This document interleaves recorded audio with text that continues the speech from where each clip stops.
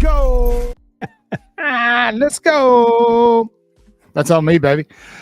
Happy Friday evening. Yes, it is Friday, not Thursday, and it is showing in the viewers.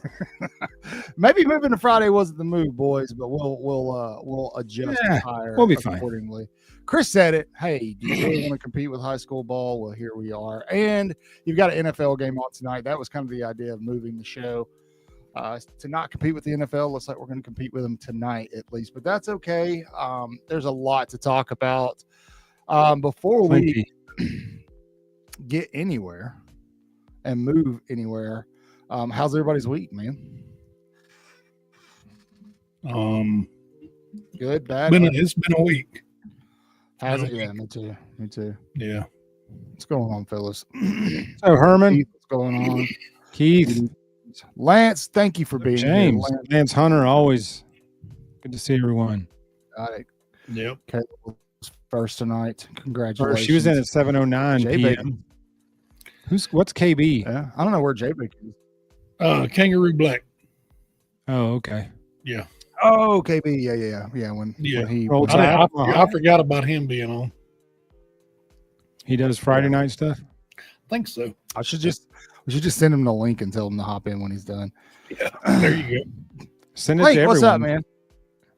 Hold on. I've been sending links to Marty Smith for I'm gonna go watch 6 months. I'm gonna go watch KB's show real quick. Hey, hop in their chat and be like, "Hey, way offsides folks in here." Yes. You're busting, Jay Bake. Hold on, yeah, I'll pop in KB's chat. Hold on. I'll pop it in here real quick. A wedding crash. El Piano Man. Hold on. Does Bama cover tomorrow, Chris? What's the spread? I don't even know what it is. 36 and a 36 half. and a half. Ooh, I don't know. I don't think so. I don't think so at all. We're gonna Roll have Tide, to- Bo. What's up, Bo? Roll Tide. Uh, Yeah, we're gonna have to. that was confusing. I was listening to theirs in my headphone. You guys are talking. Bo, what's up, man? Roll mother Tide. Bombs. I like that. Yeah. I like it. Beep. Hey, yeah, I love KB, man. I absolutely love that dude. I love how passionate he is. He does yeah. things a little differently than we do, but just the way he does it, he doesn't hold back. We try to be a little more reserved. He doesn't, and I like that. We have children watching. Let me ask you: should we invite KB on? We have a relationship with him. We talk to him. I'm sure he'd be willing to do it. Should we do it? Yeah. Chat. Should we do it? Lance, I hope we're not trailing in this game. I hope he's wrong. We're gonna Dang, Lance, don't even put that out in the universe. Lance. We're gonna get there. Everybody pace themselves. My goodness gracious. Everybody acts like. Let me tell you something. You guys ready for this? If Alabama would have won that game by a point, we would not be having the come apart conversations that we are right now. Right. That's By a point. I think if Alabama lost by 1 point, we wouldn't. No, because everybody would be like, it's going to be fine. We're going to go do this. We're going to go do that. Dude. Yeah. the issue isn't the win or the loss. That's not what the No, I know that. But I mean, the issue is the product on the field. I'm telling everybody right now, and I'm standing firm on this. You can laugh if you want to. This FSU team is good. This is a playoff caliber FSU team. I'm telling you right now, everybody, the team included, went into that game last weekend thinking they were going to face a 2-10 Florida State team from last year, and it wasn't. Everybody from under Mike Norvell down was different. It was different. Mike Norvell won the offseason. He made some spectacular hires. Alabama, easily the more talented team. I know everybody's pissed off at the effort. They got popped in the mouth. They weren't expecting it, and they did not respond. I'm telling you, man, there is absolutely no way that everybody that got to go watch this Alabama team in camp and practice, everybody, people who know football better than me, y'all, everybody in the chat, went and watched this team and came back going, this is a good football team. Everybody, Nick Saban. Yeah. There's no way they're all wrong. I'm not trying to explain it away. I'm not, but I'm telling you, I don't think the sky is falling as fast as everybody's making it out to be. Everybody's so busy talking about how bad Alabama looked. Nobody's talking about how good Florida State looked. Right. There's a reason Florida State looked that good. Pissing me off. Calm down. If you don't try to make tackles and you turn down plays, you'd be surprised how good the other team looks. Well, I don't mean to interrupt you. I think the biggest, and I think my biggest issue with the defense is how many guys we rotated in. That's my biggest issue, and we talked about that. Yeah, well, I got news for you. You're going to see a lot of new faces tomorrow. They're probably going to do the same thing. And Good segue into the topic of the night. Yeah, I said this with Jeff last night. Everybody's memory about Alabama's defense last year is very, very short. They're basing it off of a couple of games. Nobody remembers towards the beginning of the season how bad they looked. They looked slow. They looked out of position. USF looked really good against Alabama's defense last year. They started to figure it out. Alabama just played Western Kentucky to open the season, not on the road at FSU. Look who Georgia opened with. What are you talking about? Marshall? Who did they open? Marshall. I mean, Marshall. You don't open not in this with this landscape of the playoffs and everything. Nobody does it anymore. This is spot on assessment. This is all you need to know. Why would we expect that? We're a 5-5 football team. Why would they go into the game thinking that FSU is going to roll over? I don't understand. Where did that mindset come in? I told you. You want me to tell you? I'll say it again. I said it last night. All these kids grew up watching Alabama be the premier program in the country. That's all. That's the only Alabama. That's the only college football they know is Alabama being at the top. They are at Alabama. They've made it to the top. There is no more, I've got to compete for a starting position, right? The depth chart isn't as deep as it was when Nick Saban was there. When you came to Alabama before, it wasn't just, I have to practice. I have to do all these things to get an offer from Alabama and then commit to Alabama.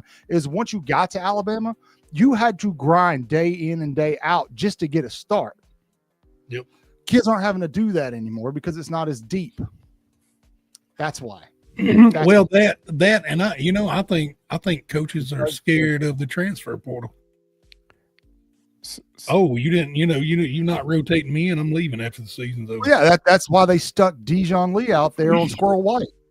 I mean, stupid.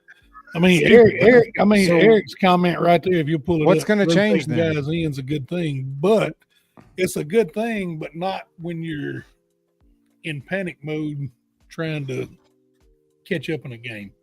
Yeah, I agree with that. These guys can't be consistent if you're rotating 21 in, and I mean, we had, like I said, we had 58 total tackles in the game, and 51% of those come from 5 guys. Yeah. So, I mean, the other aspect that really upset everybody is it continues a trend of Kalen DeBoer and everybody looking terrible on the road, right? Alabama looking really bad away from Bryant-Denny Stadium. They did not look good anywhere they played last year away from Bryant-Denny Stadium. 2-5 on the road. Yeah. Pretty raunchy record. Very raunchy record. But I think that is the part. Kalen DeBoer, through his success, he's had extreme success in year 2 everywhere he's been, but he did not have it blowing people out of the water. Go back and look at that. In fact, you know what? I'm on it, gentlemen. Give me a second. He's on it. It's the same old, though. It's like you run the ball well, and then we bail on it. And, running backs need reps. Live game reps. You can't give Richard Young 1 carry every 4 series and then be like, well, he got stopped at the line of scrimmage, so we're not going to run for the rest of the half. It's like you got to give them reps, man. Running backs need to get in the flow of the game. They need to get used to the speed of the game, the pace of the line play. There's rep. They need to do live game reps. That's why I was hoping that all the running backs would get like 10 carries each. That means we're running the ball. And I thought we were on the way to that. Right. Let me zoom into this. I'm trying to remember how it is. Did that work? Do it like it's it's working. Phone. Oh, look at that. Control and your mouse wheel. Hey. You don't talk about his mouse wheel. So here we go. Right. Boise State, that's a beatdown, right? Tulsa, beatdown. Michigan State, beatdown. Cal, beatdown. Not necessarily a beatdown. Not necessarily a beatdown. Not necessarily a beatdown. Not a beatdown. Not a beatdown. Not a beatdown. Not a beatdown. Not a beatdown. Not a beatdown. Not a beatdown. A beatdown. The point being, Kalen DeBoer doesn't typically blow folks out. He never has. No. That's not how it works. That's not how the offense is going to work. And we have to accept that. College football is changing quickly. I don't think that you're going to have another dominant team year in and year out like you did 10 years ago, just because there's too much parity. Everything's, I'm with you, Brock. At the comments. Yeah, we will. Anyway, sorry, I got my ADHD kicked in. Sorry. Who wants to average 4 or 5 carries a yard or yards a carry? I do. Yeah, I definitely do. There was no reason. It's crazy because you can't post anything right now I've got one person, and it's a burner account, I'll admit, but I've got one person. Anytime I post anything about Kalen DeBoer, it's like fire Kalen DeBoer, hire Glenn Schumann. Just every No, post. it's Lane Kiffin. Everybody thinks that's the answer. No. Newsflash, it ain't. No. I'm not going to defend him, but right now it's not the answer. Yeah. So yeah, Ty's always done that. His first instinct, if that first option isn't there, dadgummit, is to take off. Yeah. And you can tell he's mentally fighting that back there in the pocket. He had one pocket that was really clean. He bailed out of. I can't remember where it was in the game, but the pocket was extremely clean, and he bailed for literally no reason. But one of those missed layups that they were talking about the other on that show. There were a lot of them. Sean King. He was talking about those missed layups that Ty had. Said he played didn't cost us the game, didn't turn the ball over, but missed a lot of layups. Right. But I will tell you this, it's okay because apparently Kalen DeBoer is pissed off. His words, not mine, quote unquote. He is pissed off. I think that's about as much cursing we're going to get out of the guy. Yeah. But he said he's pissed off. Really, really mad. Everybody's fed up. Fed. You know, and all this player meeting and player only meeting, and they're going to fix the issues, and I don't buy into it. No, I don't either. But I will say I saw something today. Bama Standard Network had AJ McCarron and one of the staffers, previous staffers on, and he is like, I don't care what happens this weekend. I don't care what happens next weekend. I want to see what happens when they get punched in the mouth between the hedges. No. I don't know. I can tell you what's going to happen. Yeah, I don't understand why under any circumstance we're talking about the Georgia game right now, other than, hey, we may have Jam Miller back by then. Like, no, absolutely not. This is a ULM team that came in and beat Nick Saban in Bryant-Denny Stadium. And if I remember correctly, Alabama was a 30-plus point favorite in that game that they lost to. I'll go ahead and tell you like this. If Alabama plays like they did last Saturday, tomorrow's going to be a nightmare for us. It's going to be horrible. It's going to be – you thought it was bad last weekend. Just let us, God forbid, lose that game or it be way closer than it should. Yep. Rome's going to burn. Yep. That's my only fear is they beat ULM. Let's say I'm going to say convincingly, you know, they beat them by double digits. Just say they beat Wisconsin by double digits. It looks good. They'll have a week off. And what worries me is they're going to go into Athens with their chest puffed out, you know, thinking, well, you know, we're back. And then they're going to get hit in the mouth and they're not going to know what to do. I mean, that's normally what happens. Sure. They really think that we got. And then the Bama fans are going to be like, we were good. Now we suck again. That's 3 weeks away, man. Honestly, I get it. But right now, that team I saw last week, that wasn't even a shell of its former self. That's the Alabama team I saw last week might be bottom 3 in the SEC this year. So looking ahead to Georgia and no, we got to beat ULM and we got. What if ULM punches them in the mouth? Have they changed all their ways in 6 days, and all their instincts and all their what's inside of them in 6 days? They'll be within the comfort of their own home. Well, it'll certainly be quiet enough. They'll be able to hear everything. If we get punched in the mouth there, that place will be. You'll be able to hear a pin drop in there. That's a beautiful comment. That is a beautiful comment. Bingo. People to this day still talk about that loss that Nick Saban took to them. We just did. I guarantee you it'll get brought up several times before kickoff tomorrow. Yeah. Nick Saban won 6 national titles at Alabama, and they still bring up that game. Yeah. But the concerning thing is obviously the lack of effort. But I think you can explain that away. The same argument that we're making, the getting punched in the mouth, there's a lot of confusion. To me, the bigger issue Saturday was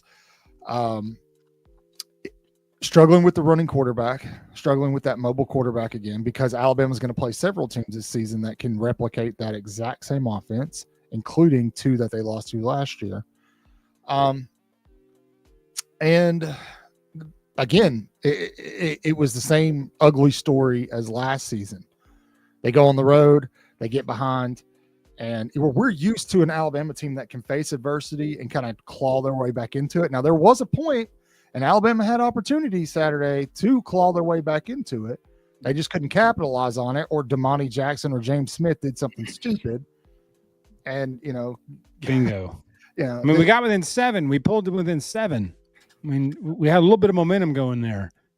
And then Ric Flair showed up, and that was the end of that. Yeah, it's a huge problem. But again, to play devil's advocate, and that's kind of what I'm going to do here tonight, is play devil's advocate.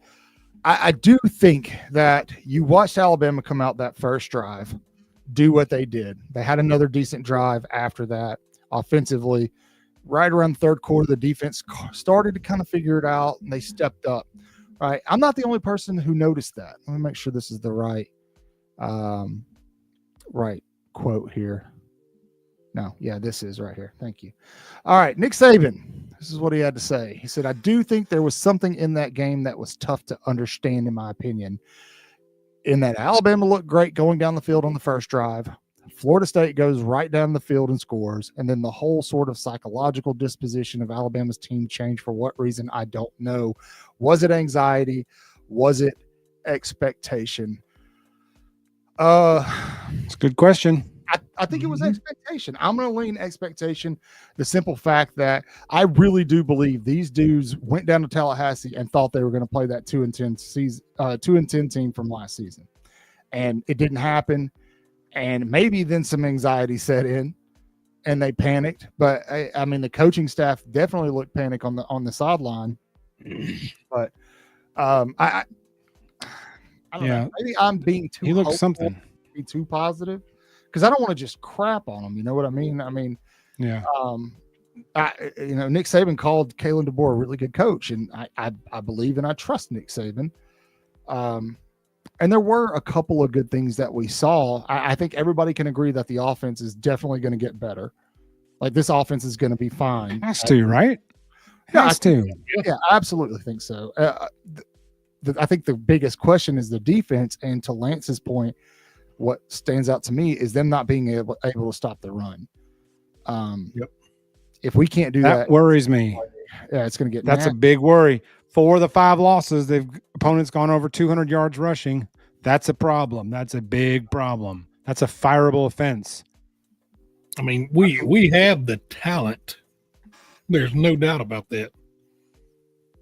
They're either not utilizing it correctly, or practice and what they're taught does not make it to the field during a game. Yeah. That's my fear, is that the kind of motivator DeBoer is. I just don't know yet. Well, and it's hard, because all we can go on is what we hear. All right. But talk right now is extremely cheap. Extremely cheap. That's true. But we're hearing all the right things coming out of practice this week from Kalen DeBoer, from guys like Jeremy Bernard. We heard all the right things. We heard all the right things out of spring and fall practice. That is bombs. That, I mean, you're not wrong. You're absolutely not wrong. So here's a question for you, Cotton. Can you imagine had we come out of practices with people questioning the effort and the togetherness and all that stuff, and then we went out and laid that dud against Florida State? You think Rome's burning now?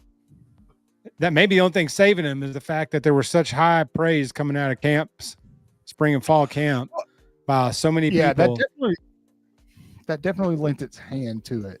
I mean, you had several media members, high-profile media members, pick Alabama to win the national championship. Yeah. We did here, but of course we're going to. We're in Alabama, including this guy, the highest profile media member. There you go. But Josh Pate picked him to win, and he hasn't backtracked. He has said, like, I don't know. But it's interesting when you follow these media stories now, because there's people that are like, I don't know what happened. Everybody's got some kind of explanation, but it's getting to the point where folks are just like, I don't know. I don't know. I mean, you can't explain Andy Staples tried to blame it on me for making the nipple piercing. That's right. You cursed him. One day. Said I cursed him. Till Cotton pierces his nipple, there's a curse is alive. Yep, that's it. Already done. Already done. Already done. To Jay Bake's point, Jay Bake said something up here in the chat just a little while ago. Alabama, even under Nick Saban, has a history of struggling with option quarterbacks. And that's exactly what Florida State did. You throw in Gus Malzahn, and I know last week on that Thursday Night Live with Clint Lamb, there were a lot of people in the chat going, I don't know why you guys are so worried about Gus Malzahn. Well, that you saw why we were worried about Gus Malzahn. Yep. It played itself out Saturday, exactly what I was worried about. So, we turn the page. A little Bob Seger action, right? Turn the page, baby. Or Metallica, whichever. Metallica's cover was better than the original. I'm just going to put that out there. I agree. I'll blame it on. So Chris, Jay Bake is a cigar connoisseur. Oh, is that so? Yeah, we'll have to tell him about our old blowing smoke days. Yeah. Yep. I'm reading these guys' comments. We haven't seen any players show any kind of toughness, and the coaches hadn't been tough. And I wouldn't say. Well, don't rope Jeremy Bernard in that conversation. We're about to talk. Okay, I won't. But what I'm saying is, a buddy of mine, we were talking about the game, and he said, after I watch Florida State, I think about what Manny Te'o said in that interview when they played them, and he said it was just the intimidation factor coming out of the locker room. In the national championship game, he said they come out with their shirts rolled up under their pads, and You called him Manny, and my brain immediately went to Manny Pacquiao. I was like, what is Chris talking about? Sorry. Okay, Manti Te'o, the guy with the fake girlfriend. Tracking. Manti Te'o. No, TW, you're right. And just to be, it's Jeremy. But Jeremy Bernard was not the Jeremy. Josh Cuevas had a really good game. Xavier Brown had a good game. Quay Russaw, Parker Brailsford. If there's somebody else that I'm missing, put it in the chat. But that's who I've got having a really good game. I don't remember Russaw popping off the screen Saturday. Maybe it was because my head was down shaking like this at the play before it. Oh yeah, Russaw played. He played. There's one play where he's trying to chase down pretty much a free runner, and he doesn't give up on it. He chases him all the way down the field. So yeah, Xavier Brown definitely. Was that Xavier chasing after old dude down the sideline? Yes, I felt so bad for him. He looked like that linebacker for Ohio State, chasing Smitty in that championship game. That's what it looked like. I felt so bad for him. I was like, don't pull both hamstrings, please. Please don't pull both hammies. Yeah. Look, T-Dub, I'm not convinced. Kane Womack came out and was asked, because my philosophy coming right off that loss was, I don't know that they prepared well for this. Maybe the preparation was difficult from the coaches, the scouting. Just because you had so many new players, you had a new offensive coordinator, new defensive coordinator, but they asked Kane Womack, hey, were you guys, did they throw anything at you you weren't prepared for? He was like, no, we expected it all. And so I was kind of like, what? Just say, we're totally surprised. They threw a kitchen sink at us. Don't say you were prepared and then got run through. They did, Tobias. You're right. And a lot of people are just hammering Kalen DeBoer. But to Tobias's point, the folks that came with him are the guys that played the hardest. And last night on the live, I shared my theory behind that. I think it's a solid hypothesis. So I don't know. Go watch the live show from last night. See if you agree. When you're done here, you can't go to bed. Do that. Yeah, that's right. Go listen to me and Cotton for 30 minutes. You'll go right to sleep. Yeah, trust me. I'll definitely put you to sleep. I was pretty riled up last night though. Yeah. Gore doesn't turn this thing around, I wonder how many top coaches will take the chance to coach at Bama, seeing how the fast Bama fans walk DeBoer down the plank and drop. Well, this is why nobody wanted the job after Nick Saban. And so this is exactly why. It's not like he didn't give us reasons for that I can think of. Well, again, I keep bringing up the show last night, Jeff, but to my point last night, it doesn't matter if Dano or Chadwin or Jay Bake or Stuffed Barbie or Jeff or Chris or Legend or Paul Feinbaum or whoever. It doesn't matter if those people want Kalen DeBoer fired or think he should be fired, because no matter what, right now in this moment, he's the head coach of the University of Alabama. So I may not agree with him. I may criticize what he's doing, but ultimately at the end of the day, I'm going to support him because he's the head coach of my football team. Just do the numbers. We can't afford to pay him $70 million plus 20 plus for the roster, plus whatever for the new coach. We can't afford all that. That's why you, me, and Chris and whoever else is having to send money to Yay Alabama every week and be a donor every month or whatever, every year or whatever. That's why we're having to do that. We can't afford all that. How much damage? Yellowwood, paying off our past four coaches. This is an interesting question. How much damage has he done to the brand? None. In terms of the brand's value, he hasn't done any damage to it. But what is damaging the brand's value is the current landscape of college football, which is why Nick Saban said, I'm done, and walked away. But a lot of these problems, guys, it's so easy to hammer Kalen DeBoer. It's the West Coast guy. He's soft. He's this and that. A lot of these things started happening under Nick Saban. Nobody talks about that. Yep. Those last couple of offensive lines he had were awful. Bryce Young never won a national championship as a starting quarterback at Alabama because he didn't have an offensive line. I know nobody wants to talk about this, but that freaking Texas game in Austin, that was a safety. That dude was running for his life the entire game. Like, the problems started well before Nick Saban retired. The problems were out of his control. They were happening anyway, right? Kalen DeBoer finds himself in an incredibly unique position in replacing Nick Saban,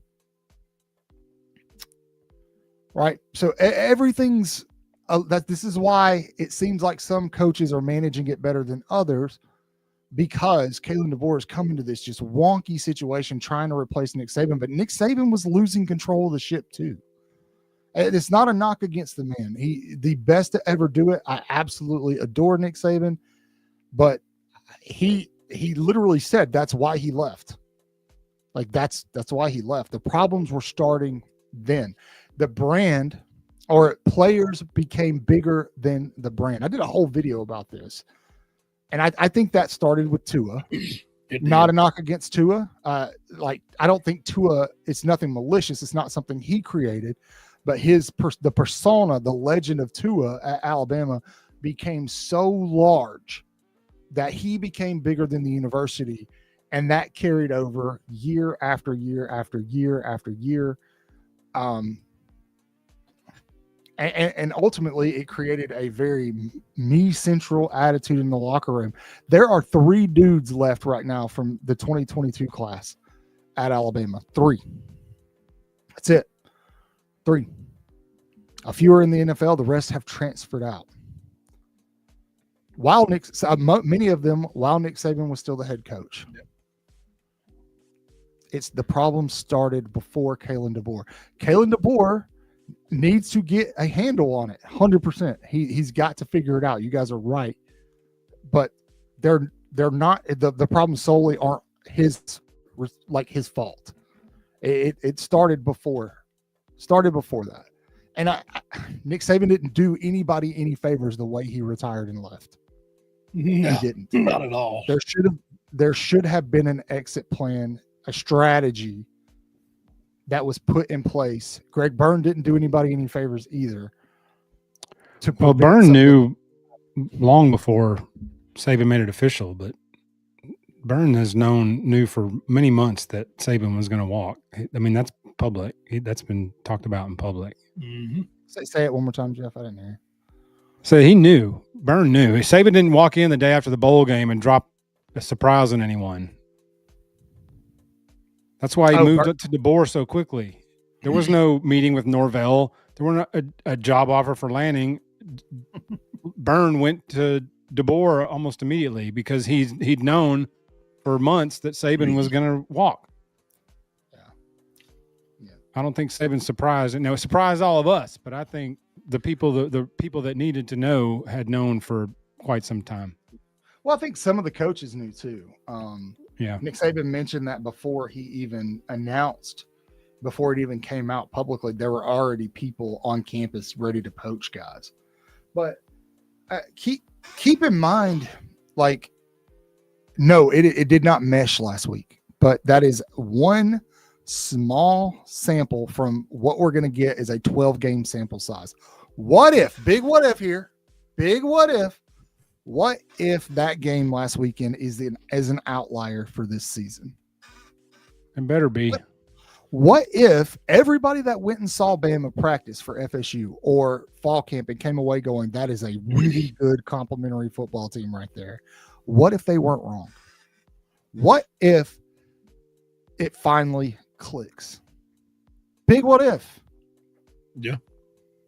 Are we all going to flip the narrative that if it finally clicks, it'll be the team that we all have been talking about leading up to that Florida State game?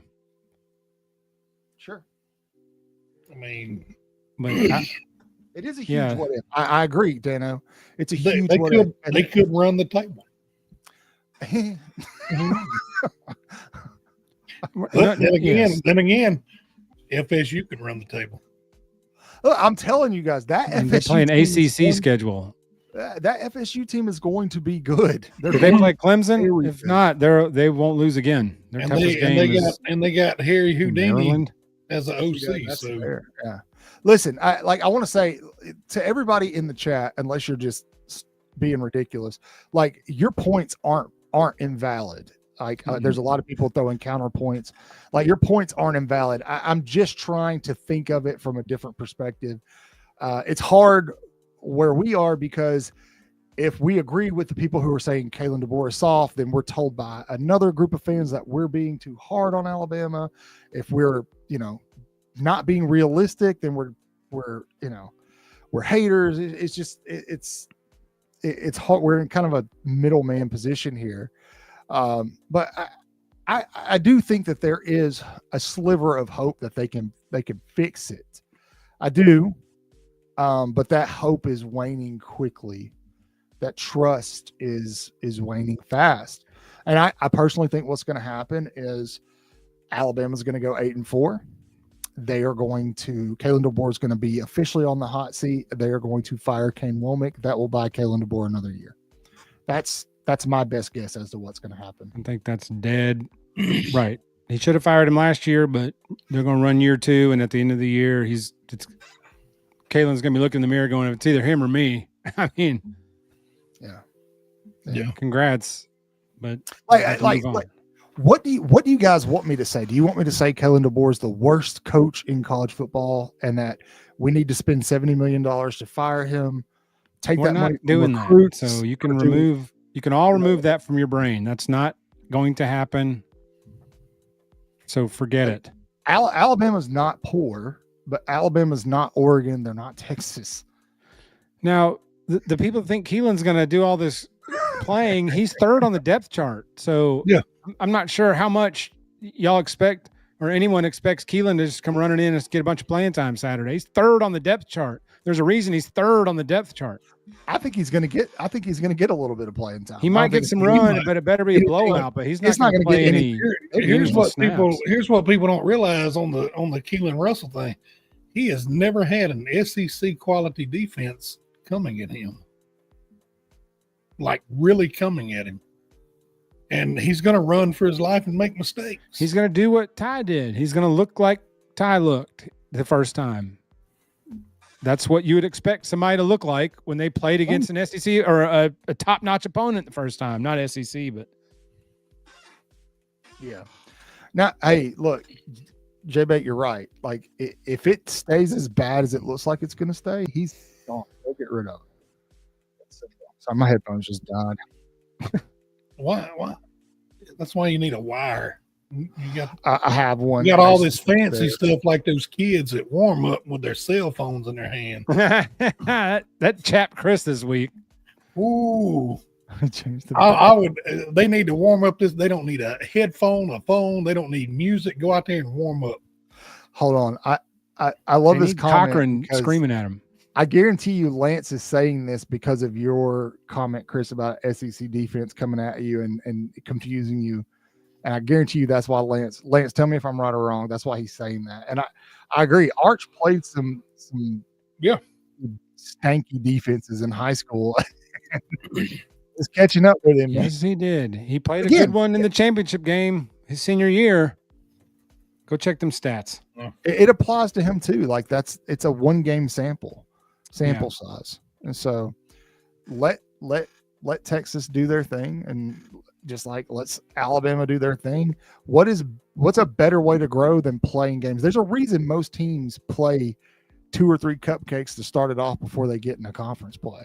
And it's so that they can tighten things up. Ideally, these big early season games should be week 2. I think everybody should get a puff week 1 just to blow out all the kinks and the cobwebs, so to speak, and then have an idea kind of your rhythm and who you are for the, say, play FSU in week 2 and ULM in week 1 or something like that.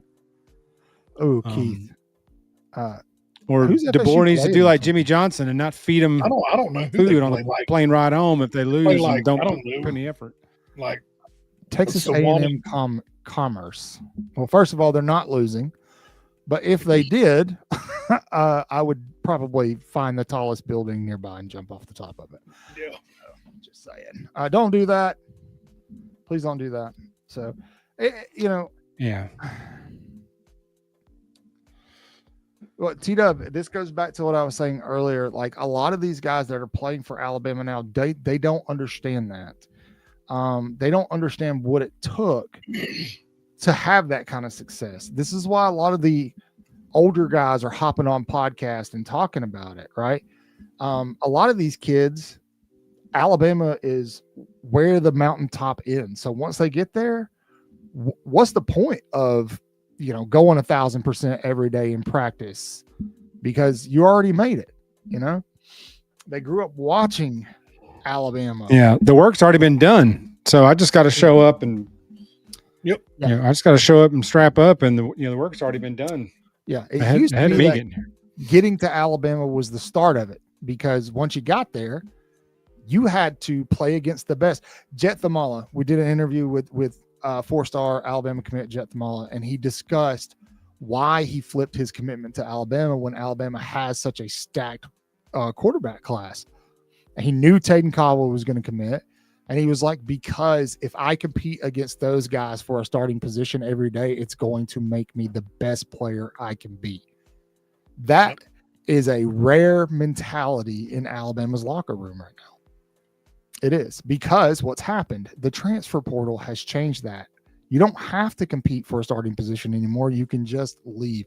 I think the transfer portal going to one window is going to be a beautiful thing. I'm sure Mr. Portal is excited about it because he's probably exhausted. Can they enforce the one transfer rule? There's been a rule out there that says you can only transfer once, and then people are like, oh, for real? Watch this. I miss when they used to have to go sit a year or go JUCO. Now, I think you should get one free transfer a year where you don't have to sit out. But if you're going to just transfer every year, you're just going to hit free agency every year, then like the TJ Finley, playing in his 5th college in 5 years or 6th college in 5 years, and he'll apply for a waiver and get to play next year, and he'll transfer somewhere else. It's just spitting in the face of the rule of the intention. I think they should have at least one free year to transfer. Yeah. Because if you get somewhere, you're homesick, or you get there and the coach leaves and some other coach comes in, or could be your mom gets sick back home or something. You should be allowed at least one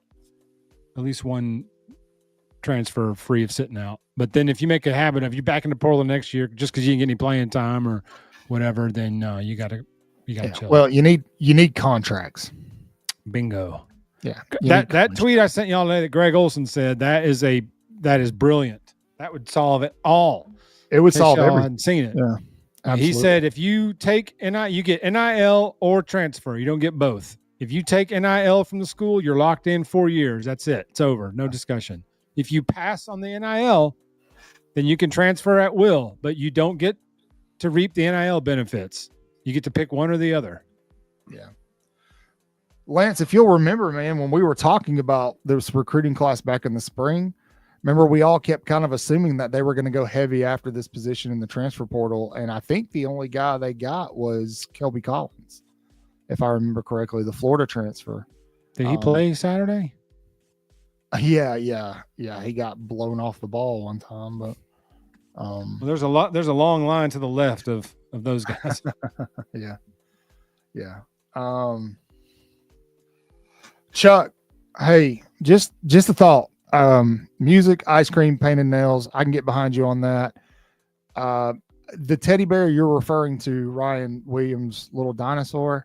Just a thought here. Jeff and I have talked about this.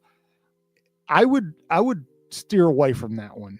I have a sneaky suspicion that was a gift from a fan, and potentially, a fan who maybe is facing like some a Make-A-Wish adversity or something. Yeah. So just a thought there. If that's the case, I mean, and he's carrying that around, because he made a promise to somebody or something, we probably don't want to be shitting all over that.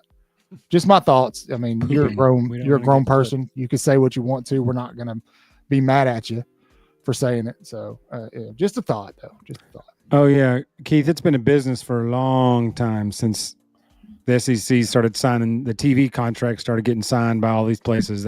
It became a business many, many moons ago.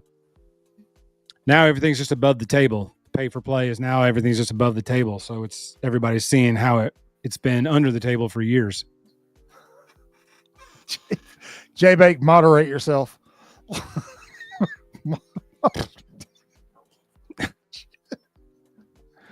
Oh. Bad J-Bake, moderate yourself. Kipper, I don't think that. I think so wants to coach Keelan Russell next year. I think he's going to minimum 2 years because I think he wants to coach Keelan next year.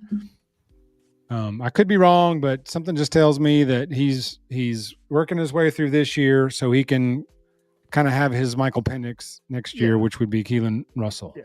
And I've got a sneaky suspicion we're not going to be seeing him in the slot much moving forward after last week. So, look, he's some of his issues Saturday weren't his fault. There was one play, Jeremy Bernard was wide open because 3 defenders went with Ryan Williams. I did a video months ago talking about how I was worried that him and Jeremiah Smith would have kind of a down year, a sophomore slump, so to say. But it was because these defensive coordinators are going to key in on them so hard. They did. And that's exactly what FSU did. And that's probably going to continue. It's not Ryan Williams' fault. He'll still get his. He's not the size to be a slot. Even with the double coverage, I mean, he had one play where they pretty much they had to force a PI so he didn't score, and they had another one where he had beat the guy, but Ty overthrew him. So, I mean, yeah, he's going to get his. Give it a week or so for that kind of live game continuity to develop between Ty Simpson and him. And now folks, are going to be looking at Rico Scott. They're going to be looking at Jeremy Bernard. If Isaiah Horton plays this weekend, they're going to have to worry about him. So I think that'll open some things up for Ryan Williams. Also, somebody asked earlier, where do I see 8 wins? Here's why I said 8 wins. This Kane Womack's 4-2-5 defense works against pro-style offenses. It did last year. Everybody that did not have a running quarterback, Alabama beat. So There's going to be some teams like that. The problem is you've got South Carolina, Vanderbilt again, Auburn, maybe Oklahoma. I feel like I'm missing somebody in here. Brock Bowers is a good runner, or not Brock Bowers. Oh my gosh, Gunnar Stockton is a good runner, and so I mean they're going to face some mobile QBs, but I think that defense will hold up against some people like LSU, and it might surprise us. So LSU may just say, "I'll just run up the middle." Yeah. Because they have a 260-pound nose tackle, so I mean, you can guarantee go 3 gap. You can guarantee everyone has watched the Oklahoma game and the Florida State game and the Vanderbilt game from last year. The Michigan game. Yeah, they know what they're going to do. That's how they're going to attack them. Yeah, I guarantee you that's what Florida State did. Yeah. So, the other thing, gentlemen, that I would like to talk about, something that is more alarming and nobody's really, I mean, some people have brought it up, is the injury trend for Alabama already is kind of shocking. How many guys came out of that game last week with injuries? Probably 4 or 5. Yeah. And then you lose Jeremiah Beeman for the season this week. You lost 3 starters leading up to FSU. What is going on in Tuscaloosa with injuries?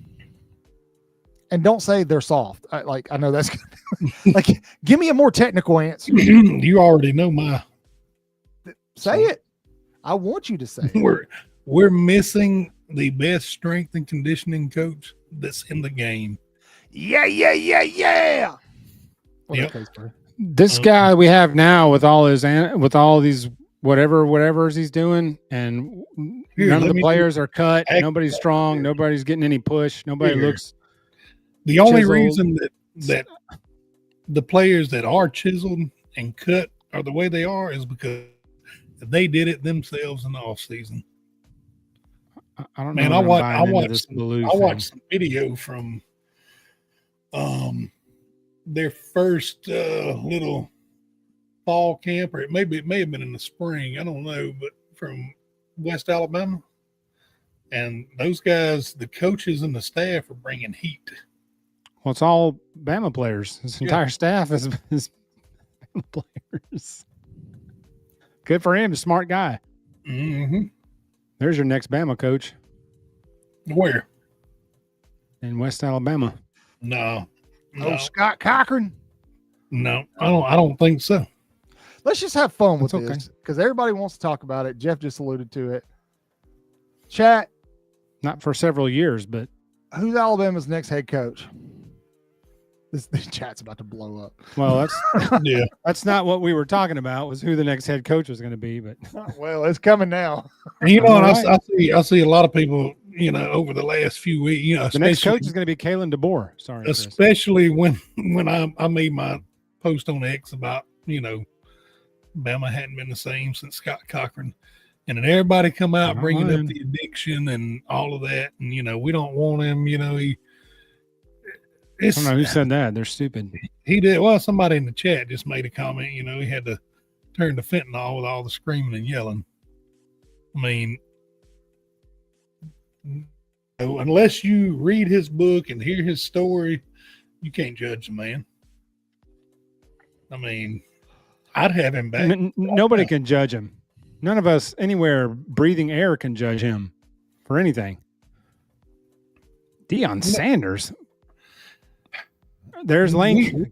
We don't have a PP tent in Alabama and Tuscaloosa. What am I missing on Lane Kiffin? Why does all of Bama Nation think Lane Kiffin is an upgrade? I don't understand. What am I missing? Comfortability there that folks want back in Tuscaloosa. A what? That's what. There's a comfortability. Who gives a shit? I want wins. Relax. What? Lord of mercy. I want to be comfortable. Let's get Lane Kiffin, who's never won anything ever anywhere at any level, other than a coordinator who got fired before the national championship game. Come on. You know who I'd love to have if I had my pick of the litter? Prime Nick Saban. Ryan Day's Pierce Nipple. They named him Hank. Coach O, man. Coach O, baby. I want him coaching our defensive line. I think DeBoer needs to call him immediately and say, hey, what you doing next year. Come in and consult, and then they'd have to hire somebody from Thibodaux, Louisiana, to translate. That's fine. Well, they brought somebody in plenty. for Tua. Remember? Yeah, that's Got right. plenty. Yeah. We got a protocol droid somewhere up there. Who said that? Who was it that said that on here? It was somebody on a board 20 or Nice. a long time ago. Yeah. When Tua committed, they were worried about how the translation between The Tua and language was gonna go. barrier. That person was dead ass serious. Oh man. The guy from Hawaii can't speak English. Dude. Don't Tell care. me you've never Just left say the state hut. of You Alabama say without hut. telling me. Yeah. Tell me you've Yeah. never left the state of Alabama without telling me you've never left the state of Alabama. D'Amico Ryans is interesting though because he's having success in the NFL, but has anybody ever got? I don't know that anybody would get tired of the NFL to move to college because college is basically the same thing. So Who? D'Amico Ryans. Ah, man. Yeah, I don't know, dude. I don't know. I feel like coaching in college is a lot more intensive, obviously, than the NFL with recruiting and things like that. So, He may be a perfect fit. You never know, but I can't believe he would leave an NFL job for that. I know a lot of folks were thinking that he might be the guy after Nick Saban retired, but and out of nowhere, it's like, here's Kalen DeBoer. Everybody's like, huh? He may have been had he been a DC still, or had he had 4 years at Houston and all losing seasons. Whatever. But he had just made the playoffs in Houston.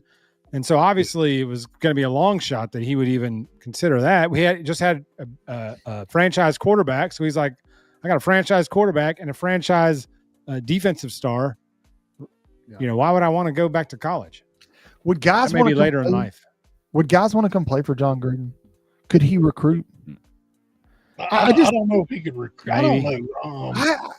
The NFL to Good college point, I thing believe. doesn't Good point. typically work unless it's at the coordinator level. You know what I mean? Like, there's been very few head coaches that I can think of off the top of my head who've left the NFL, came back to college, and been like hell. Okay, so yeah. Yes, I know Nick Saban. So J-Bank, the difference is Nick Saban didn't make the playoffs and didn't have a young franchise quarterback. He had Dante Culpepper on one leg and a losing record. Didn't he have a shot at He wanted Drew Brees, but the medical staff wouldn't clear him. And so he wound up with Culpepper, and Brees signed with the Saints. The rest is history. Thank God the Dolphins doctors did not clear Drew Brees, or we would be having a very different conversation today. Because Nick Saban never would have wound up here had he gotten prime Drew Brees. If this was like true, he wanted. Dabo Swinney would be our head coach right now. Mama hadn't called nobody in 100 years. That was Bear Bryant's thing. Ain't no mamas. Look, man. Mama called Mike Shula home. That worked out well. I think the biggest thing that folks have to remember is basically whoever took this job was doomed from the get-go. I mean, you're set up for, yes, everybody likes to talk about how set up Kalen DeBoer was when he came in, but really that foundation had already started to crack before he came in. And he was given a Lambo, but he was given a Lambo that maybe needed a tune-up. It's an impossible job to come in and replace Eric. You shut your mouth. We're the reason it is. We're the reason it's impossible. The dude goes 9-4 last season. Yes, he loses on the road to FSU, and people want his head served up on a platter. And it's so bad that the media. Why do you think all these news organizations are doing stories about that? Because they know you'll click on it and read it. And it's because of our emotional reactions to those stories. That's why every link you see says DeBoer out. Who's the next coach? Possible DeBoer. Yeah. Everything link you see or every headline or thumbnail you see says that. So you're like, what? And you just go those cannonball into odds. And I saw, like you said the other day, I saw Tommy Reese at the top. What was that about? That was obviously. They know that he'll do it. He'll do it for like $1 million a year. Yeah, I mean, no. See, Galesh is his offense is. I don't know that his offense style would translate very well. He falls in that category of me. Like if they come here and are successful, they're going to try the NFL. We caught Saban like at the perfect swing. Mm-hmm. Where he knew this ain't what I want, and I ain't never going back to no NFL. Yeah, NFL had kicked him in the nuts. And so, like, my biggest fear for DeBoer was if he came in here and went 25-3 in 2 years, that an NFL team would be kicking the door down. And that would be our biggest fear. But not anymore. That's not a worry for me anymore. All right. Well, yeah, exactly. Movio, you just answered your own question. Galesh does run Tennessee's offense. Oh. Yeah, Nico looked great on offense. Although Joey Aguilar looked pretty good Saturday. So, yes, he did.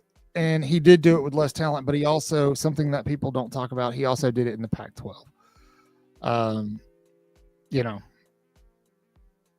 So, yes, with less talent, but in a much lesser conference. I know that you beat Oregon and everything that year. But nobody was beating Michigan that year for a number of reasons.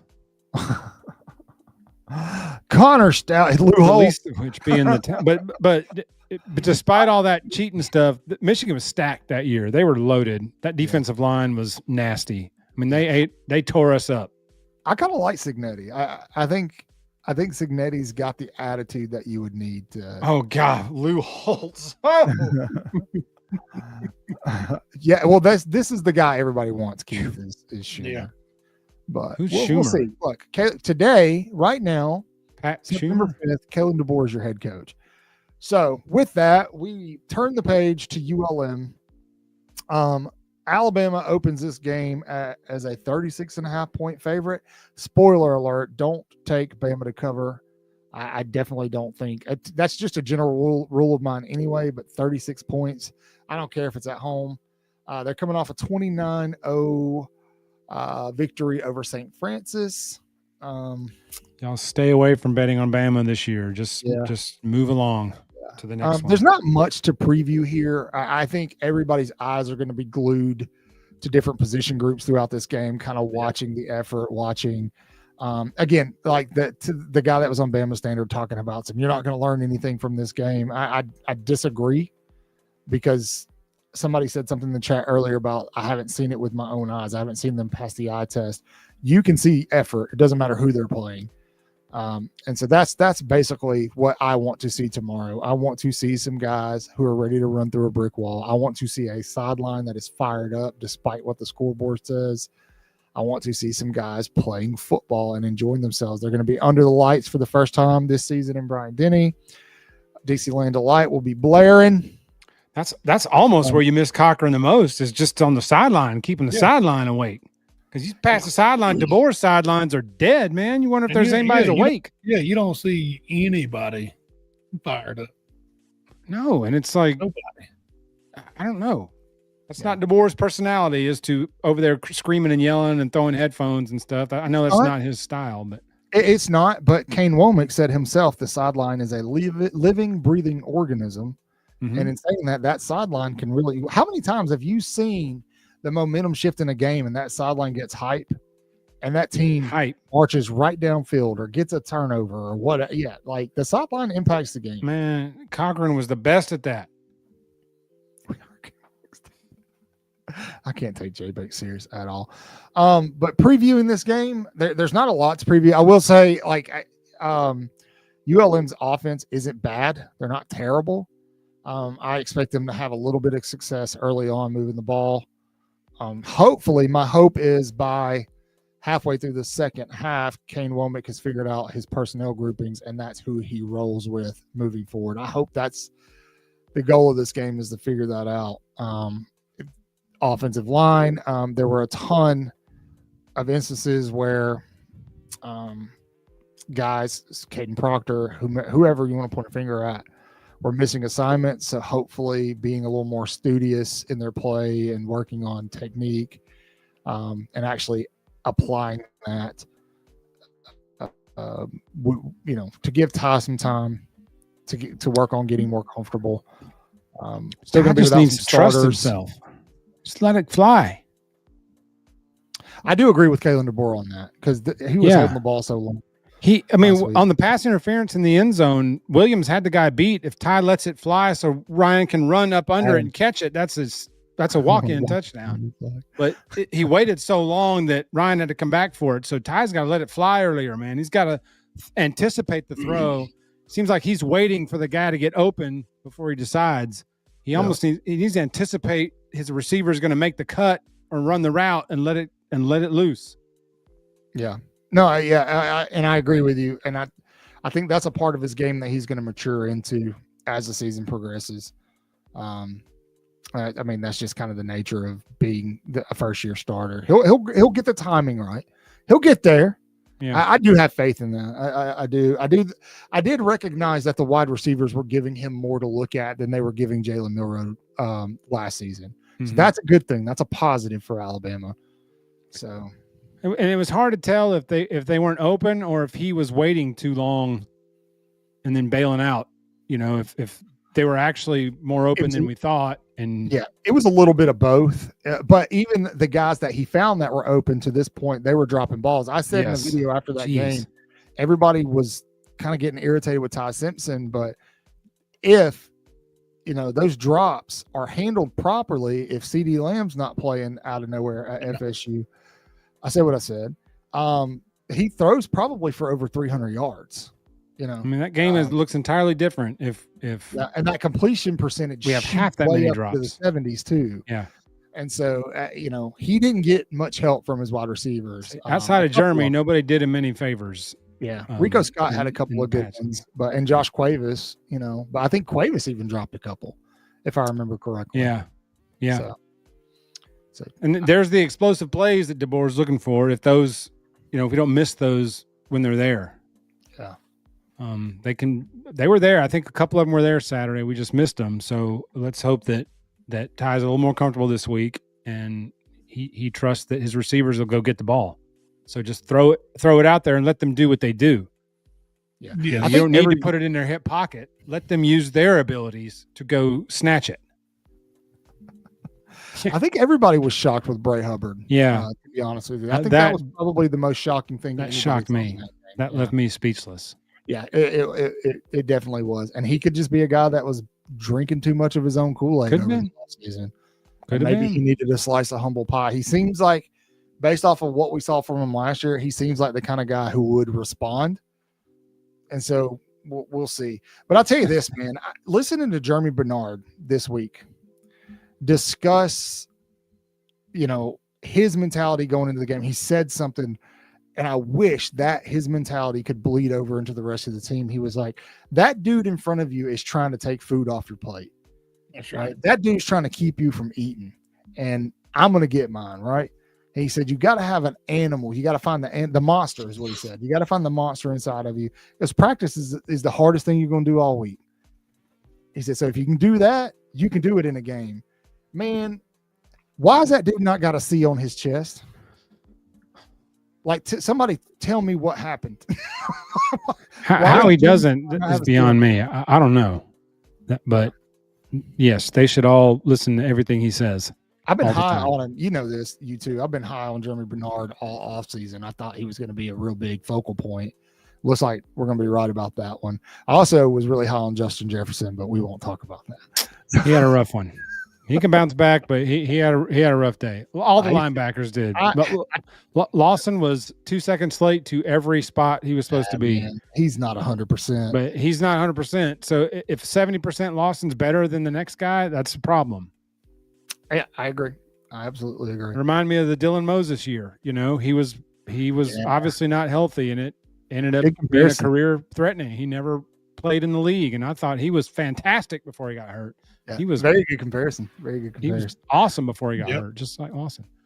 Well, guys, I'm going to take this lull in the show to pay some bills. If you are new here, there's 204 of you watching, which means some of you are lurking. You're not even commenting in the comment section or on X. Tell us where you're watching from. How you doing today? How was your week? We want to hear from you. Please like, subscribe, leave a big old thumbs up on this video. You can also join our memberships. They are in the chat right here. I'll put it right there for you. That's not it. Don't worry about it. Anyway, just join. So Alabama, week 2. We're moving to week 2. Okay. Do you think All right, we'll guys, try to run? Chat, huh? Do you think we'll try to run the ball more? Like, do you think we'll actually commit to it, or is I don't know, man, because he the didn't Seahawks change up his grub gonna keep philosophy on that bubbling up? explosive They just got away from it that quick. Well, he said they weren't getting explosives, and that's what the hell does more that mean? chance to You know digest, what? I think. 4 and 5 yards. I know Move that. the ball Yeah, down the field. right. Yes, we all understand that, I but understand. this is where Kalen DeBoer's different. This is where him and Ryan Grubb are different. Everything was open on that opening drive because we were running the ball. So Yeah. Ty looked great throwing the few times we needed him to throw on that drive. There's I would no be rhyme or reason why we I would bailed be off of that. Very interested to see if tomorrow they get the first possession, if they run the Very ball and have ugly. success, how quickly they get away from it. That will tell you Yeah. what him and Ryan DeBoer as coaches learned. So that's something we'll put on our checklist to be watching for tomorrow night. So because they're made. Let's say they do go into Athens, right? The defense has kind of found its footing like it did last year in the Georgia game, and it's a close one. And Alabama needs to control the game. How are they going to do that? With explosive plays? No, they got the answer. No, they're not. They're not going 5 to. 300-pounders up front. Yeah. I mean, is Jaden Roberts going to be back Just quick. tomorrow? He was clear last week, never played a snap. Is he going to play tomorrow? Don't know. We need to give Chuck a big round of applause, please. Thank you, Chuck. Nice motorcycle, by the way. You don't have the applause button on your. There we go. Oh, ye of little faith. Tote the rock, man. I love it. Absolutely. Run the damn ball. We'll see. All these running backs have 10 carries. Young, Daniel Hill, 28, Kevin Riley. Who's the other one I'm missing? There's 4. Yep. Hey, look, I know they're going to go with Richard Young until Jam Miller comes back, but I said it last night. I'm going to say it again, man.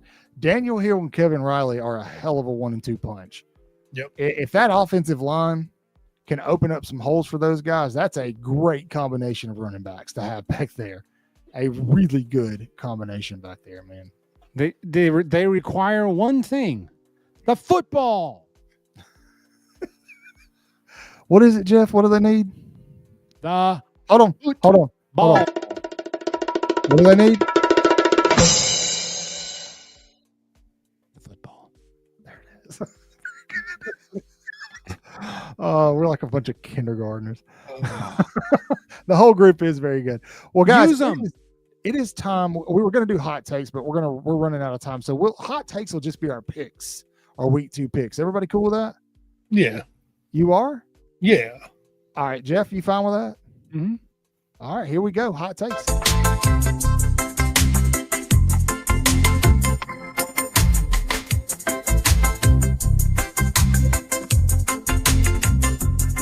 So hot.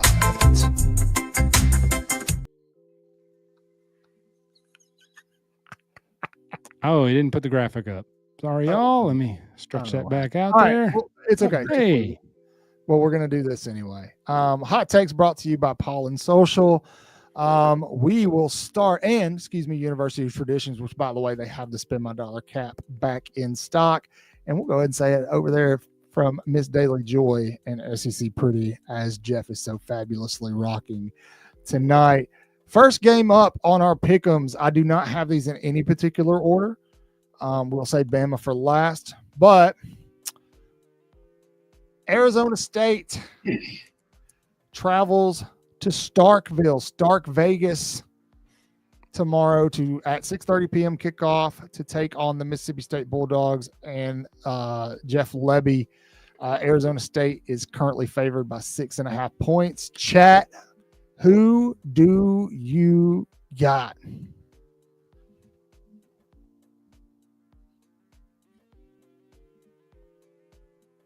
So quiet. I'm taking Arizona State.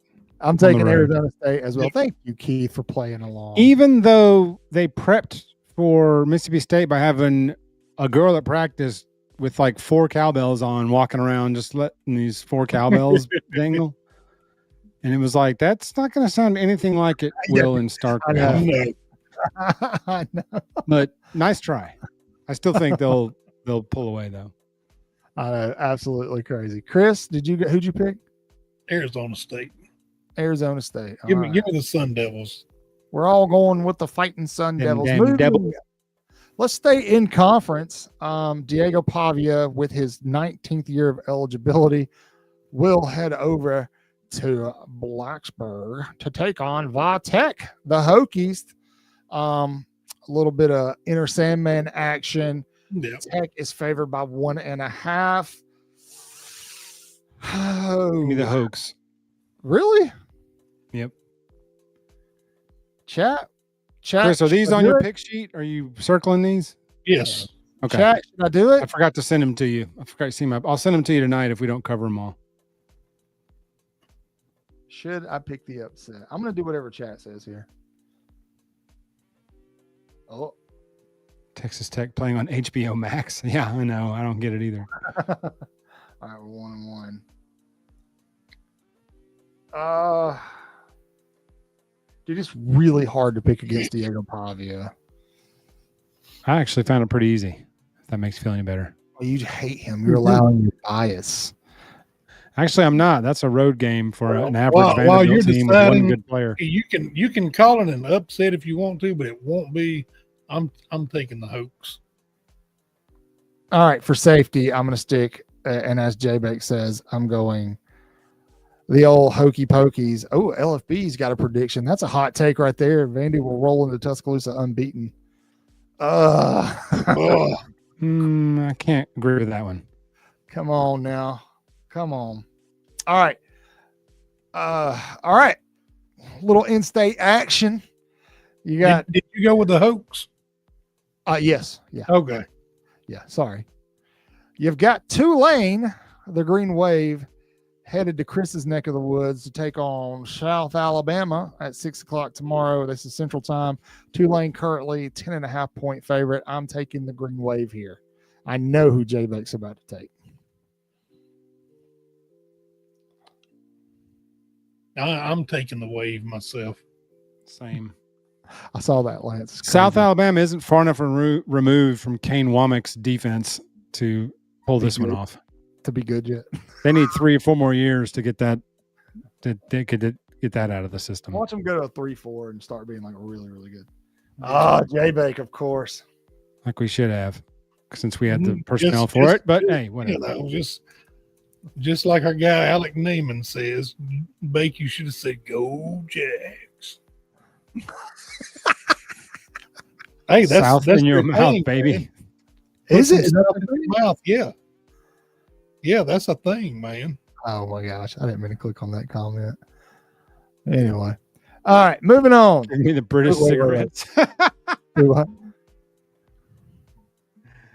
we go. Sorry. Give me the British cigarettes. All right. Tomorrow afternoon, the Jayhawks of Kansas travel over to Mizzou, Mizzou. Missouri is a 6.5 point favorite, and I think I like that number. I'm going to stick with the Tigers of Missouri. I guess we should say the Tigers of Missouri. Give me the Mizzous. Give me the Mizzous, the fighting. I'm taking Mizzou. You got to say it like we did, Chris. Well, you can definitely tell it's week 2. Some of these. Chris did a really good job taking Missouri. Missouri. I'm taking Eli Drink a lot or drink with. I like Chris to drink did a good with. job picking these games because there's a lot of floppers on tomorrow. Yeah. See what the chat's saying here about this and Mizzou. It's like Mizzou. Lance pulling for Emmanuel Henderson. Does he play for Kansas? Yeah. I think he's buried on the wide receiver depth chart there too. No, dude. He had a good showing last week. Really? Is he running back? Is he playing running back? No. E-man, bro. Wide receiver. Yeah, I mean, but he was a running back coming out of high school, and then Bama buried him on the wide receiver depth chart. I didn't know if he went back. He's playing wide out over there. Okay. Odd move there, but I don't know. Yeah, it looked great, man. Never understood that move when we got him as a top running back in the state and immediately put him wide receiver. It was weird. I didn't get to. I had no part in that decision, Jeff. All right, you get to start your day off with Virginia at North Carolina State. NC State is a 2.5-point favorite. Give me NC State.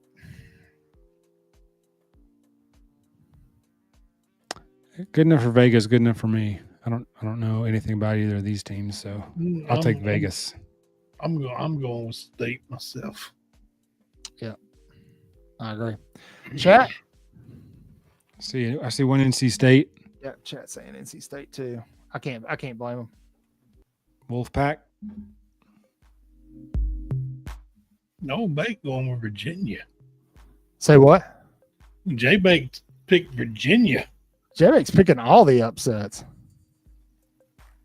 I kind of like the ULM money line. Really? Dude, that profile picture's goated. Jeez. When I was in college, I did a photo shoot. One more time. I don't know who you are, but I love you. Oh my God! You saw his name. I didn't realize his name. It finally clicked in Jeff's brain.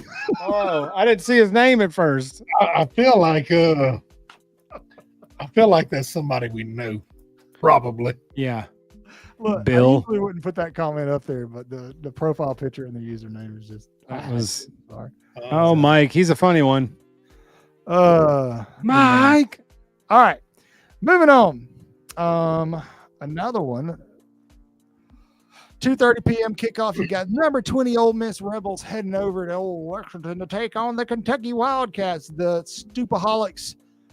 Ole Miss is almost a 10-point favorite here. Stupaholics. Sorry. Give me Ole Miss to cover big. I think Ole Miss beats them by 14 at least.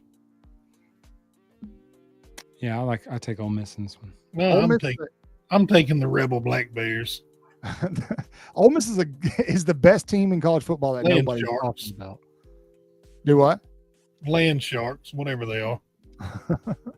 Ole Miss, seriously, they like I said, they are the best team in college football that nobody's discussing. Best one. What do you got, chat? Rebs, Ole Sis, Rebs.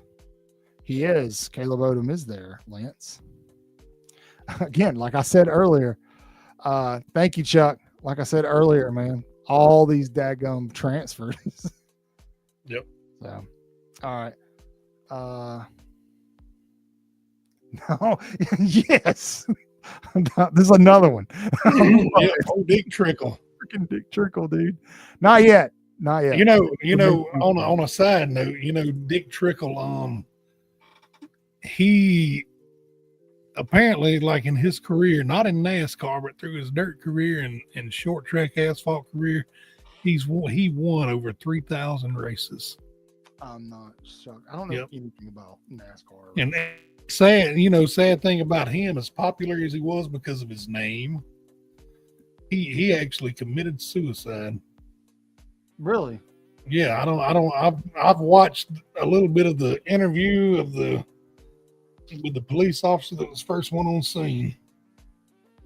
And that's something a lot of people don't know is he committed suicide. He actually called 911 and told them that he'd like to report a suicide and killed himself.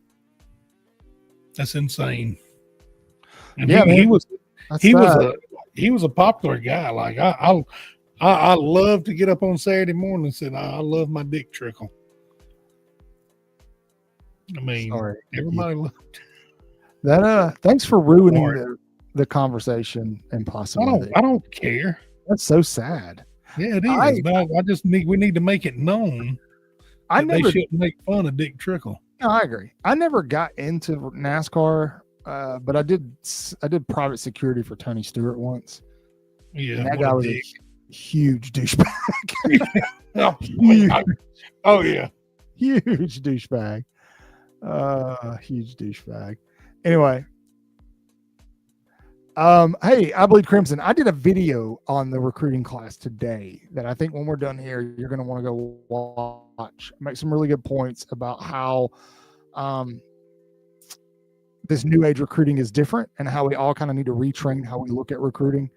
and how wins and losses aren't that big of an indicator. They still can be, but aren't that big of an indicator in terms of classes right now. Dude,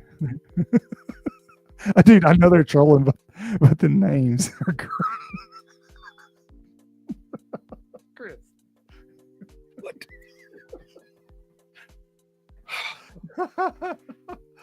Oh, Jeff's missing a good time. All right. Tomorrow afternoon, 3:15 p.m., the USF Bulls will go over to Gainesville and take on the Florida Gators, who are a 17.5-point favorite. Big money line here. Chat, Chris, who you got? I'm gonna go with the Gators. Yeah, me too. But I don't think they'll cover. I don't either. I think this might be a sneaky good football game. Yeah.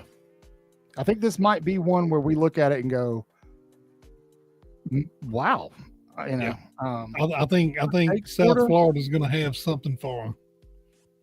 Can I say I would not be surprised if the Bulls won this.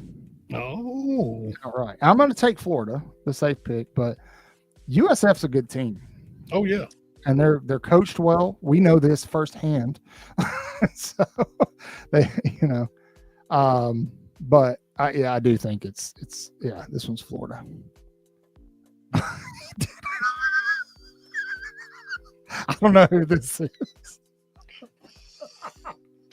I've had a terrible week. Like it's an awful week, but this is making it so much better. Great. The best is I know they're just trying to troll, but it's wonderful. All right, moving on.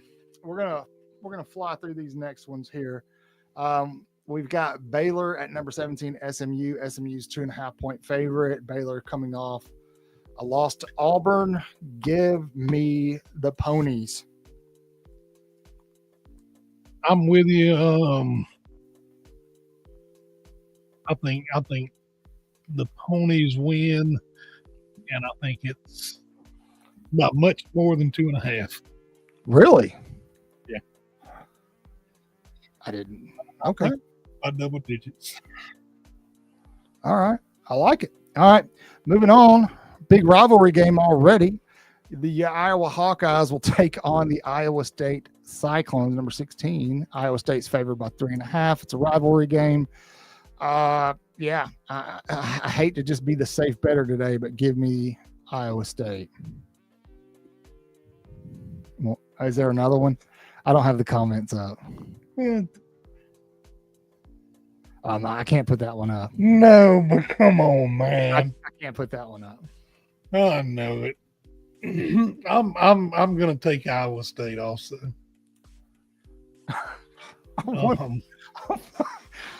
I want to put that up there so bad. I can't. Listen, doctor in the chat, we see you. I can't put your chats on screen, but yeah. But we see you. We see you, and we appreciate your craft, sir. So, Bowlinder State. Yes. Go to your next troll account. Yeah. Bring them all because this is great. While you're doing it, subscribe with all of them, please. All right, number 11. Your Fighting Illini are headed over to Duke. Illinois is a 2.5-point favorite. This one's interesting because I don't know anything about either one of these teams right now. Nope. So again, safe bet here. I'm going with Illinois. I'm taking the Blue Devils. Really? I like it. A little separation Saturday. Yeah. What if this is the game that decides who wins this whole thing? That'd be great. Well, I mean, you do have a 2-game lead over me and Bill, and a 1-game lead over Jeff. I've won the last 2 years too, so yes. But that's okay. There's a lot of football to be played. Now, what many are calling the game of the century. I'm just kidding. This is just probably the best game tomorrow. Number 15, Michigan Wolverines are down in Norman taking on the Oklahoma Sooners and John Maytier. Oklahoma's favored by 5.5. I am going to take the Sooners, and I think they cover big time. I'm not sold on Michigan's offensive line. I think Oklahoma has the tools to take advantage of that and make it a very long day for a very young quarterback. Bryce Underwood will be very, very good in the coming years, but he's gonna learn some football tomorrow. Give me the Sooners and Brent Venables. I'll take the Sooners.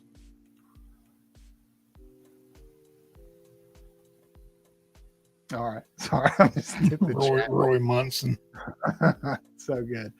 All right. And then tomorrow, finally, Louisiana Monroe Warhawks, who have beat Alabama in Bryant-Denny Stadium under Nick Saban, will take on the now number 21 ranked Alabama Crimson Tide. Alabama is, despite that ranking, is almost a 37-point favorite at home. Obviously, I'm going to take Alabama, but I am going to take it a step further and say they do not cover. They do not cover. Bama and they do not cover. Yeah. Do not. J-Bakes. He will mod you. He will mod you so hard. J-Bake might have to mod us one day before it's over with. Yeah.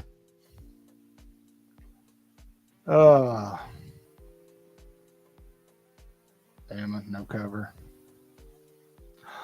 Sean Diddy Combs is in our chat.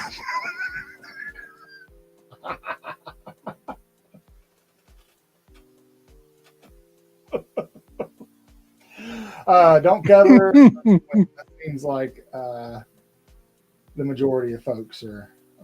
Yeah, it's a big spread. It's a big spread. I believe Crimson. What do you think? Do they cover or no? Watch them cover. I'm gonna be so pissed off. Yeah. Watch it be like 62-0. I'm gonna be so mad. I think this one will be more 34-17, something like that. That score sounds familiar, doesn't it? Yeah. So, all right, man. That's gonna do it. Segment of hot takes.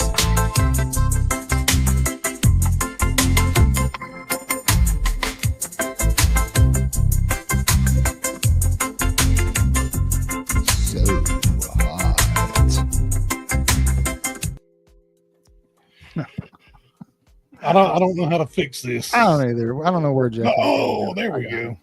There we go. Well, all right, folks. We're gonna go ahead and wrap it up for the night. Get some rest so we can all sit on the couch for 14 long hours tomorrow and watch college football. We will be live tomorrow night with a reaction show. Those seem to do really well. For right now, we'll keep the show Friday. I'll probably pop in and do it live on Thursday anyway. Just do a couple during the week. Why not, right? What's it going to hurt? Please, like I said, if you haven't yet, like, subscribe, hit the notification bell. Also, you can go check out our website at Way Offsides. That's Way with 4 A's. 3's not enough, 5's too many. Tell them, Skip. Way, this is all caps, WAAAAY, Way. Thank you, Skip. Checks is in the mailbox. If you go over to the website, you're going to get a pop-up. You can put in your email address, and we will send new videos. Bill is back, Chris, and so Bill will be taking over blog writing responsibilities again. So blog articles will be coming out. We'll send those directly to your mailbox electronically. So good stuff. Chris, you got anything you'd like to say before we? No. Road Jack? No. You sure? Yeah, I'm sure. You're a complicated man, Chris. I am. You talk about me when I'm not here, so I don't have anything to say. What did I say? What'd you call me? I'm flight C or something? Or you called me a flight risk or something. You called me something stupid last night. I watched a little bit of it. I don't remember what I said. Did you accuse me of having an OnlyFans?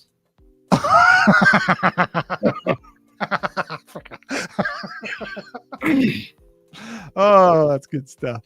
I hope everybody had a great week. I hope you have a greater weekend, a safe weekend. You know, Norman. What? Roll Tide.